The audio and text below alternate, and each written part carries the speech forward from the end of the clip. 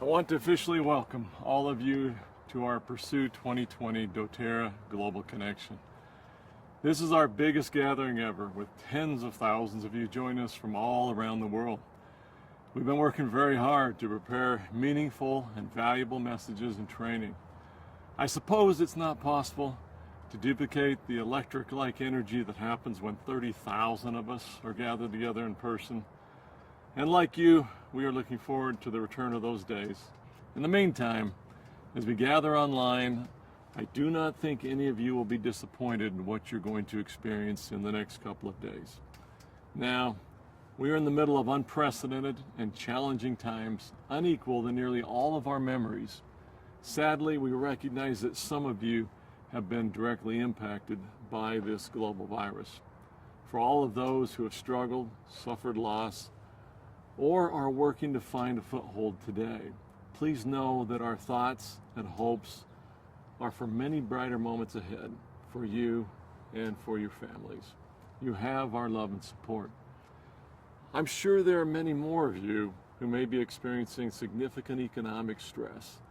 Few, if any of us, has escaped the fear, anxiety, frustration, or even anger that seem to be causing so much upheaval and discord in our world today.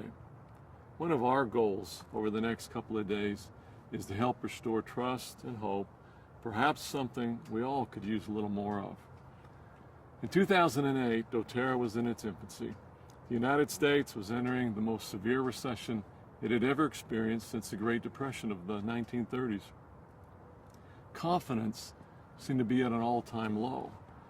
I imagine that many people likely looked at me and my partners with questioning, wondering eyes, wondering why we would even consider launching a business at that time.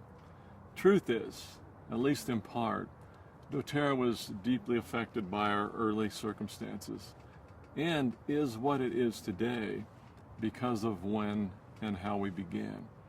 doTERRA was built on a foundation of sacrifice, scarcity of resources, and gratitude.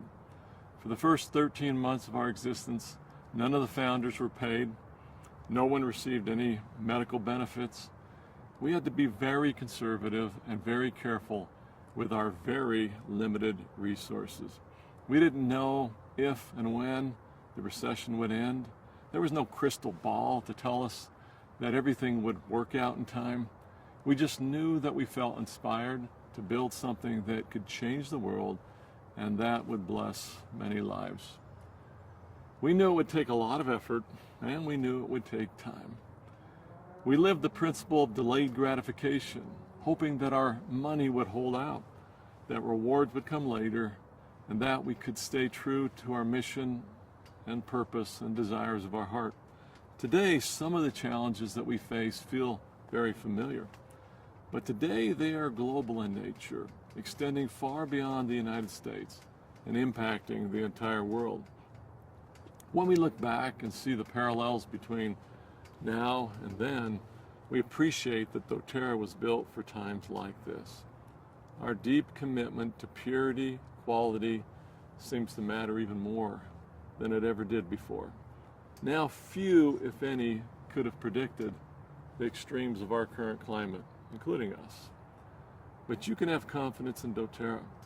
We've continued to govern the company along the same principles that were so important to us in our beginning. We are grateful that we haven't needed to lay off a single employee during this crisis of the past 6 months. As a company, we have been rewarded with a team that has dug in, embraced a new and ever-changing paradigm, and has done truly amazing things. While we never expected a global pandemic, we have always planned carefully, adding protections, building redundancy, preparing to weather any storm. We have a plan. In fact, we have a plan B and a plan C. And because of our beginnings, this has become part of our very nature. And today, we are free to pursue our mission, striving to pursue what's pure in everything that we do. Looking back, we're grateful for the difficult times and the galvanizing effects of sacrifice and the impact that our conservative approach to business has had on our ethos and our foundation. Today, doTERRA has become the gold standard in essential oils in the entire industry. And it's not just us saying so.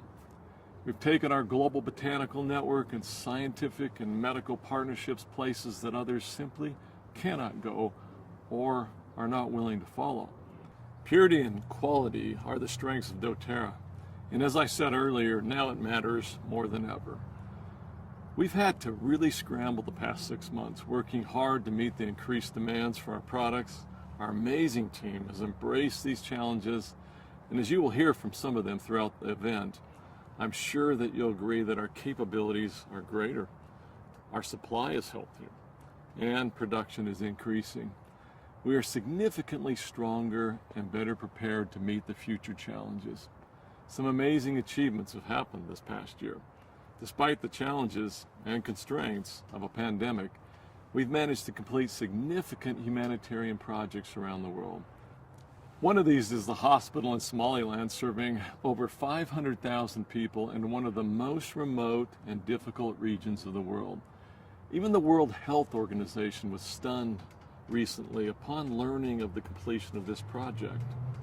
You'll be hearing more about this, as well as numerous other significant humanitarian projects around the globe, all made possible because of you, your generosity, and your passion. Nothing of significance ever happens without passion. Of late, some of our priorities have shifted closer to home. We are excited and committed to taking action and doing our part with the support of our new Inclusion and Diversity Committee, helping all of those who feel marginalized are perhaps less visible. Together, we will learn, and we hope to soften hearts, to open minds, to facilitate healing. We're working to build a more united, stronger doTERRA family. Perhaps some of you have found some silver linings during this pandemic experience.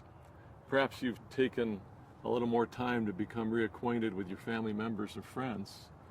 Perhaps you've used this time to refill your cup and to recharge your batteries. Hindsight is always 20/20. For me, understanding the past helps me to appreciate and better understand the future. And the future is very bright. So what does the future look like? As I said, it helps to look back at the past.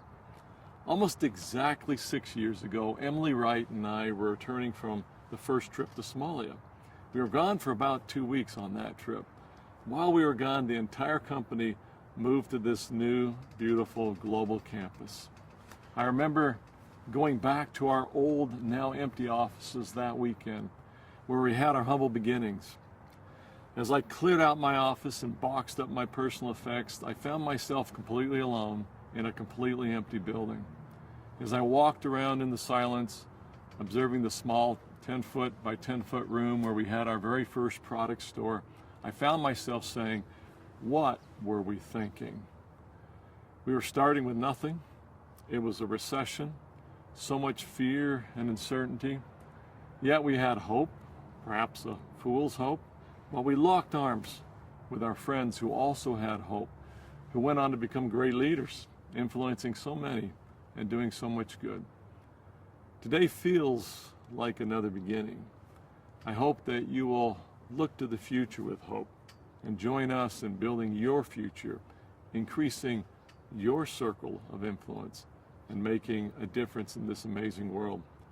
Remember, when you bring the power of the many together in your teams to form the power of one, that's when the miracles begin to happen. That's when we begin to discover that each of us possesses far more potential for influence and good than we have ever imagined. Now it's my honor to introduce Simone Lesu.